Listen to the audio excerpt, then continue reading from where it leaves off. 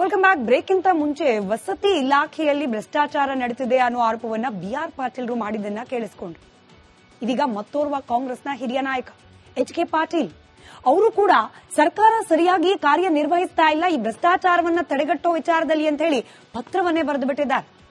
ವೀಕ್ಷಕರೇ, ನಿಮಗೆ ನೆನಪಿದೆಯಾ ಗಣಿ ಲೂಟಿ ಪ್ರಕರಣ? ಲೋಕಾಯುಕ್ತ ಸಂಸ್ಥೆ ಅತ್ಯಂತ ಜನಪ್ರಿಯವಾದ ಹಾಗೆ ಜನರ ಪರವಾಗಿ ಕೆಲಸವನ್ನ ಮಾಡಿದ ಕಾಲ ಅದು.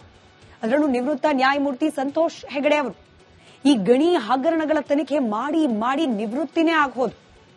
ಆದ್ರೆ ದುರಂತ ನೋಡಿ, ಅಂತವರಿಗೆ ಯಾವ ಸರ್ಕಾರ ಕೂಡ ಬೆಂಬಲವಾಗಿ ನಿಲ್ಲೇ ಇಲ್ಲ. ಬಿಜೆಪಿನೋ, ಸಮ್ಮಿಶ್ರ ಸರ್ಕಾರನೋ, ಕಾಂಗ್ರೆಸ್ ಸರ್ಕಾರ ಕೂಡ ಬೆಂಬಲವಾಗಿ ನಿಲ್ಲೇ ಇಲ್ಲ.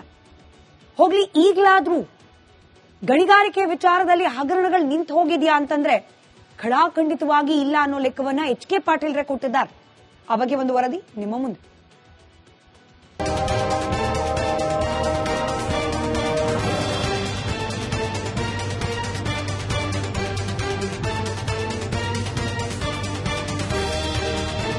ಅಕ್ರಮ ಗಣಿಗಾರಿಕೆ ಪ್ರಕರಣ ಅತಿಯಾಗಿದೆ, ಕಾನೂನು ಕ್ರಮ ವಿಳಂಬವಾಗಿದೆ. ಇನ್ನಾದ್ರೂ ಬದಲಾಗಿ ಸ್ವಾಮಿ ಅಂತ ಸಿಎಂಗೆ ಎಚ್.ಕೆ. ಪಾಟೀಲ್ ಸ್ಫೋಟಕ ಅಂಶಗಳುಳ್ಳ 7 ಪುಟಗಳ ಪತ್ರ ಬರೆದಿದ್ದಾರೆ. ಆ ಪತ್ರಕ್ಕೆ ಸಿಎಂ ಸಿದ್ದರಾಮಯ್ಯ ಉತ್ತರಿಸ್ತಾರಾ ಅಥವಾ ಸುಮ್ಮನಾಗ್ತಾರಾ ಎಂಬ ಬಗ್ಗೆ ಚರ್ಚೆಗಳು ಶುರುವಾಗಿದೆ. ಸಿದ್ದರಾಮಯ್ಯ ಮೊದಲ ಅಧಿಕಾರ ಅವಧಿಯಲ್ಲಿ ಎಚ್.ಕೆ. ಪಾಟೀಲ ಸಚಿವ ಸಂಪುಟದ ಉಪಸಮಿತಿ ಅಧ್ಯಕ್ಷರೂ ಆಗಿ ಗಣಿ ವ್ಯವಹಾರಗಳ ಕುರಿತು ಸರ್ಕಾರಕ್ಕೆ ವಿವರವಾದ ವರದಿ ಸಲ್ಲಿಸಿದ್ರು.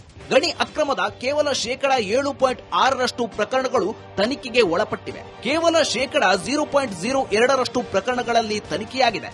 ಕೆಲವು ಆರೋಪಿಗಳು ಅನುಮಾನದ ಪ್ರಯೋಜನ ತಾಂತ್ರಿಕ ಕಾರಣಗಳಿಂದ ಬಿಡುಗಡೆಯಾಗಿದ್ದು, ಅವರ ಕೇಸ್ಗಳು ಪ್ರಕರಣವಾರು ಮೇಲ್ಮನವಿ ತೀರ್ಮಾನಿಸದೆ ಅಲ್ಲಿಯೇ ಕೊಳೆಯುತ್ತಿವೆ ಎಂದು ಸಿಎಂಗೆ ಬರೆದ ಪತ್ರದಲ್ಲಿ ಎಚ್.ಕೆ. ಪಾಟೀಲ ಬೇಸರ ಹೊರಹಾಕಿದ್ದಾರೆ. ನಾನು ಏನ್ ಮಾಡಬೇಕು ಅನ್ನೋದನ್ನು ಸಹಿತ ಮಾನ್ಯ ಮುಖ್ಯಮಂತ್ರಿಗಳ ಗಮನಕ್ಕೆ ತಂದಿದ್ದೇನೆ. ಅದರ ಮೂಲಕ ರಾಜ್ಯದ ಸೇವೆ ಆಗಬೇಕು, ನಮ್ಮ ಸರ್ಕಾರಕ್ಕೆ ಒಳ್ಳೆಯ ಹೆಸರು ಬರಬೇಕು. ಆ ಕಾರಣಕ್ಕಾಗಿ ಆ ಪತ್ರ ಬರೆದಿದೆ. ಆ ಪತ್ರ ರಾಜಕೀಯ ಪತ್ರವಲ್ಲ. ಎಸ್ಐಟಿ ಆಗಿದೆ, ಸಂತೋಷ್ ಹೆಗಡೆ ಅವರ ನೇತೃತ್ವದಲ್ಲಿ ಆಗಿರ್ತಕ್ಕಂಥದ್ದು ಇದೆ, ಸಿಬಿಐ ಆಗಿದೆ, ಫೆಮಾ ಆಗಿದೆ, ಫೆರಾ ಆಗಿದೆ. ಎಲ್ಲ ಸಮಿತಿಗಳು ಕೇಂದ್ರ ಸರ್ಕಾರದ ಜೊತೆಗೆ ಸುಪ್ರೀಂ ಕೋರ್ಟಿನ ಸಿಇಸಿ ಕಮಿಟಿ ಕೂಡ ಬಂದೆಲ್ಲ ಮಾಡೋಗಿದೆ. ಅವರು ಬರೆದಿರ್ತಕ್ಕಂಥದ್ದು ಸಂಪೂರ್ಣವಾಗಿ ಮಾಹಿತಿ ಇದೇ ಇರುತ್ತೆ. ಯಾಕಂದ್ರೆ ಎಚ್.ಕೆ. ಪಾಟೀಲ್ ಸಾಹೇಬರು ಅವ್ರಿಗಿರ್ತಕ್ಕಂಥ ನಾಲೆಜು ನಿಮಗೆ ಗೊತ್ತಿದೆ. ಅವ್ರು ಏನೇ ಬರೆದಿದ್ರೆ ಬಹುತೇಕ ನನ್ನ ಪ್ರಕಾರ ಅದು ಸೂಕ್ತವಾಗಿ, ಅದಕ್ಕೆ ಇನ್ನ ಜಾಸ್ತಿ ಯಾರಿಗೆ ಅವ್ರ ಪ್ರಕಾರ ಸೂಕ್ತವಾಗಿ ಯೋಚನೆ ಮಾಡಿ ಬರೆದಿರುತ್ತೆ ಅಂತ ನಾನು ಭಾವಿಸ್ತೇನೆ. ಅಗಾಧ ಸಂಪತ್ತು ಕೊಳ್ಳೆ ಹೊಡೆದ ಪ್ರಕರಣಗಳ ಬಗ್ಗೆ 1.5 ದಶಕಗಳಲ್ಲಿ ಶಿಕ್ಷೆಯಾಗಿದ್ದು ಮಾತ್ರ ಅತ್ಯಲ್ಪ. ಗಣಿ ಅಕ್ರಮ ತಾರ್ಕಿಕ ಅಂತ್ಯ ಕಂಡಿಲ್ಲವೆಂಬ ಆಕ್ರೋಶ ಜನಸಾಮಾನ್ಯರಲ್ಲಿ ಇನ್ನೂ ಮುಡುಗಟ್ಟಿದೆ. ಗಣಿ ಅಕ್ರಮದ ಹಡವು ರಾಜ್ಯ ರಾಜಕೀಯಕ್ಕೆ ಬಂದು ಹಲವು ಸರ್ಕಾರಗಳ ಪತನಕ್ಕೂ ಕಾರಣವಾಗಿದೆ. ಆದರೂ ಸಿಎಂ ಮೌನವಾಗಿದ್ದಾರೆ. Bureau report, republic Kannada.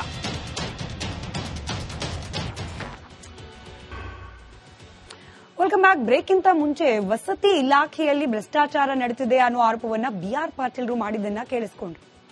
ಇದೀಗ ಮತ್ತೋರ್ವ ಕಾಂಗ್ರೆಸ್ನ ಹಿರಿಯ ನಾಯಕ ಎಚ್.ಕೆ. ಪಾಟೀಲ್ ಅವರು ಕೂಡ ಸರ್ಕಾರ ಸರಿಯಾಗಿ ಕಾರ್ಯನಿರ್ವಹಿಸ್ತಾ ಇಲ್ಲ, ಈ ಭ್ರಷ್ಟಾಚಾರವನ್ನ ತಡೆಗಟ್ಟೋ ವಿಚಾರದಲ್ಲಿ ಅಂತ ಹೇಳಿ ಪತ್ರವನ್ನೇ ಬರೆದು ಬಿಟ್ಟಿದ್ದಾರೆ.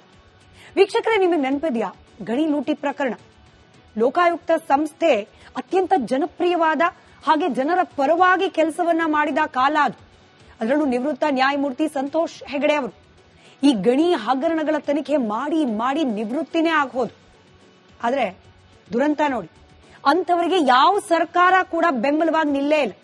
ಬಿಜೆಪಿನೋ, ಸಮ್ಮಿಶ್ರ ಸರ್ಕಾರನೋ, ಕಾಂಗ್ರೆಸ್ ಸರ್ಕಾರ ಕೂಡ ಬೆಂಬಲವಾಗಿ ನಿಲ್ಲೇ ಇಲ್ಲ.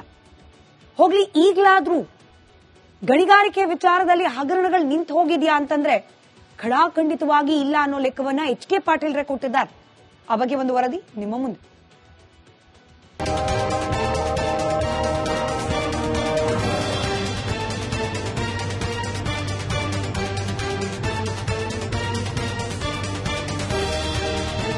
ಅಕ್ರಮ ಗಣಿಗಾರಿಕೆ ಪ್ರಕರಣ ಅತಿಯಾಗಿದೆ, ಕಾನೂನು ಕ್ರಮ ವಿಳಂಬವಾಗಿದೆ. ಇನ್ನಾದ್ರೂ ಬದಲಾಗಿ ಸ್ವಾಮಿ ಅಂತ ಸಿಎಂಗೆ ಎಚ್.ಕೆ. ಪಾಟೀಲ್ ಸ್ಫೋಟಕ ಅಂಶಗಳುಳ್ಳ 7 ಪುಟಗಳ ಪತ್ರ ಬರೆದಿದ್ದಾರೆ.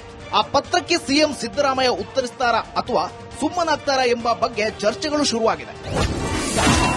ಸಿದ್ದರಾಮಯ್ಯ ಮೊದಲ ಅಧಿಕಾರ ಅವಧಿಯಲ್ಲಿ ಎಚ್.ಕೆ. ಪಾಟೀಲ ಸಚಿವ ಸಂಪುಟದ ಉಪಸಮಿತಿ ಅಧ್ಯಕ್ಷರೂ ಆಗಿ ಗಣಿ ವ್ಯವಹಾರಗಳ ಕುರಿತು ಸರ್ಕಾರಕ್ಕೆ ವಿವರವಾದ ವರದಿ ಸಲ್ಲಿಸಿದ್ರು. ಗಣಿ ಅಕ್ರಮದ ಕೇವಲ 7.6% ಪ್ರಕರಣಗಳು ತನಿಖೆಗೆ ಒಳಪಟ್ಟಿವೆ. ಕೇವಲ 0.02% ಪ್ರಕರಣಗಳಲ್ಲಿ ತನಿಖೆಯಾಗಿದೆ. ಕೆಲವು ಆರೋಪಿಗಳು ಅನುಮಾನದ ಪ್ರಯೋಜನ ತಾಂತ್ರಿಕ ಕಾರಣಗಳಿಂದ ಬಿಡುಗಡೆಯಾಗಿದ್ದು ಅವರ ಕೇಸ್ಗಳು ಪ್ರಕರಣವಾರು ಮೇಲ್ಮನವಿ ತೀರ್ಮಾನಿಸದೆ ಅಲ್ಲಿಯೇ ಕೊಳೆಯುತ್ತಿವೆ ಎಂದು ಸಿಎಂಗೆ ಬರೆದ ಪತ್ರದಲ್ಲಿ ಎಚ್.ಕೆ. ಪಾಟೀಲ ಬೇಸರ ಹೊರಹಾಕಿದ್ದಾರೆ. ನಾನು ಏನ್ ಮಾಡಬೇಕು ಅನ್ನೋದನ್ನು ಸಹಿತ ಮಾನ್ಯ ಮುಖ್ಯಮಂತ್ರಿಗಳ ಗಮನಕ್ಕೆ ತಂದಿದ್ದೇನೆ. ಅದರ ಮೂಲಕ ರಾಜ್ಯದ ಸೇವೆ ಆಗಬೇಕು, ನಮ್ಮ ಸರ್ಕಾರಕ್ಕೆ ಒಳ್ಳೆಯ ಹೆಸರು ಬರಬೇಕು. ಆ ಕಾರಣಕ್ಕಾಗಿ ಆ ಪತ್ರ ಬರೆದಿದೆ. ಆ ಪತ್ರ ರಾಜಕೀಯ ಪತ್ರವಲ್ಲ. ಎಸ್ಐಟಿ ಆಗಿದೆ, ಸಂತೋಷ್ ಹೆಗಡೆ ಅವರ ನೇತೃತ್ವದಲ್ಲಿ ಆಗಿರ್ತಕ್ಕಂಥದ್ದು ಇದೆ, ಸಿಬಿಐ ಆಗಿದೆ, ಫೆಮಾ ಆಗಿದೆ, ಫೆರಾ ಆಗಿದೆ. ಎಲ್ಲ ಸಮಿತಿಗಳು ಕೇಂದ್ರ ಸರ್ಕಾರದ ಜೊತೆಗೆ ಸುಪ್ರೀಂ ಕೋರ್ಟಿನ ಸಿಇಸಿ ಕಮಿಟಿ ಕೂಡ ಬಂದೆಲ್ಲ ಮಾಡೋಗಿದೆ. ಅವರು ಬರೆದಿರ್ತಕ್ಕಂಥದ್ದು ಸಂಪೂರ್ಣವಾಗಿ ಮಾಹಿತಿ ಇದೇ ಇರುತ್ತೆ. ಯಾಕಂದ್ರೆ ಎಚ್.ಕೆ. ಪಾಟೀಲ್ ಸಾಹೇಬರು ಅವ್ರಿಗಿರ್ತಕ್ಕಂಥ ನಾಲೆಜು ನಿಮಗೆ ಗೊತ್ತಿದೆ. ಅವ್ರು ಏನೇ ಬರೆದಿದ್ರೆ ಬಹುತೇಕ ನನ್ನ ಪ್ರಕಾರ ಅದು ಸೂಕ್ತವಾಗಿ ಅದಕ್ಕೆ ಇನ್ನ ಜಾಸ್ತಿ ಯಾರಿಗೆ ಅವ್ರ ಪ್ರಕಾರ ಸೂಕ್ತವಾಗಿ ಯೋಚನೆ ಮಾಡಿ ಬರೆದಿರ್ತಂತ ನಾನು ಭಾವಿಸ್ತೇನೆ. ಅಗಾಧ ಸಂಪತ್ತು ಕೊಳ್ಳೆ ಹೊಡೆದ ಪ್ರಕರಣಗಳ ಬಗ್ಗೆ 1.5 ದಶಕಗಳಲ್ಲಿ ಶಿಕ್ಷೆಯಾಗಿದ್ದು ಮಾತ್ರ ಅತ್ಯಲ್ಪ. ಗಣಿ ಅಕ್ರಮ ತಾರ್ಕಿಕ ಅಂತ್ಯ ಕಂಡಿಲ್ಲವೆಂಬ ಆಕ್ರೋಶ ಜನಸಾಮಾನ್ಯರಲ್ಲಿ ಇನ್ನೂ ಮುಡುಗಟ್ಟಿದೆ. ಗಣಿ ಅಕ್ರಮದ ಹಣವು ರಾಜ್ಯ ರಾಜಕೀಯಕ್ಕೆ ಬಂದು ಹಲವು ಸರ್ಕಾರಗಳ ಪತನಕ್ಕೂ ಕಾರಣವಾಗಿದೆ. ಆದರೂ ಸಿಎಂ ಮೌನವಾಗಿದ್ದಾರೆ. Bureau report, republic Kannada.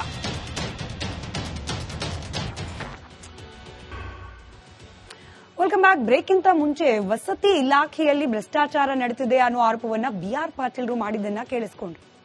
ಇದೀಗ ಮತ್ತೋರ್ವ ಕಾಂಗ್ರೆಸ್ನ ಹಿರಿಯ ನಾಯಕ ಎಚ್.ಕೆ. ಪಾಟೀಲ್ ಅವರು ಕೂಡ ಸರ್ಕಾರ ಸರಿಯಾಗಿ ಕಾರ್ಯನಿರ್ವಹಿಸ್ತಾ ಇಲ್ಲ, ಈ ಭ್ರಷ್ಟಾಚಾರವನ್ನ ತಡೆಗಟ್ಟೋ ವಿಚಾರದಲ್ಲಿ ಅಂತ ಹೇಳಿ ಪತ್ರವನ್ನೇ ಬರೆದು ಬಿಟ್ಟಿದ್ದಾರೆ. ವೀಕ್ಷಕರೇ, ನಿಮಗೆ ನೆನಪಿದೆಯಾ ಗಣಿ ಲೂಟಿ ಪ್ರಕರಣ? ಲೋಕಾಯುಕ್ತ ಸಂಸ್ಥೆ ಅತ್ಯಂತ ಜನಪ್ರಿಯವಾದ ಹಾಗೆ ಜನರ ಪರವಾಗಿ ಕೆಲಸವನ್ನ ಮಾಡಿದ ಕಾಲ ಅದು. ಅದರಲ್ಲೂ ನಿವೃತ್ತ ನ್ಯಾಯಮೂರ್ತಿ ಸಂತೋಷ್ ಹೆಗಡೆ ಅವರು ಈ ಗಣಿ ಹಗರಣಗಳ ತನಿಖೆ ಮಾಡಿ ಮಾಡಿ ನಿವೃತ್ತಿನೇ ಆಗೋದು. ಆದ್ರೆ ದುರಂತ ನೋಡಿ, ಅಂತವರಿಗೆ ಯಾವ ಸರ್ಕಾರ ಕೂಡ ಬೆಂಬಲವಾಗಿ ನಿಲ್ಲೇ ಇಲ್ಲ. ಬಿಜೆಪಿನೋ, ಸಮ್ಮಿಶ್ರ ಸರ್ಕಾರನೋ, ಕಾಂಗ್ರೆಸ್ ಸರ್ಕಾರ ಕೂಡ ಬೆಂಬಲವಾಗಿ ನಿಲ್ಲೇ ಇಲ್ಲ. ಹೋಗ್ಲಿ, ಈಗಲಾದ್ರೂ ಗಣಿಗಾರಿಕೆ ವಿಚಾರದಲ್ಲಿ ಹಗರಣಗಳು ನಿಂತು ಹೋಗಿದ್ಯಾ ಅಂತಂದ್ರೆ ಖಡಾಖಂಡಿತವಾಗಿ ಇಲ್ಲ ಅನ್ನೋ ಲೆಕ್ಕವನ್ನ ಎಚ್.ಕೆ. ಪಾಟೀಲ್ರೆ ಕೊಟ್ಟಿದ್ದಾರೆ. ಆ ಬಗ್ಗೆ ಒಂದು ವರದಿ ನಿಮ್ಮ ಮುಂದೆ.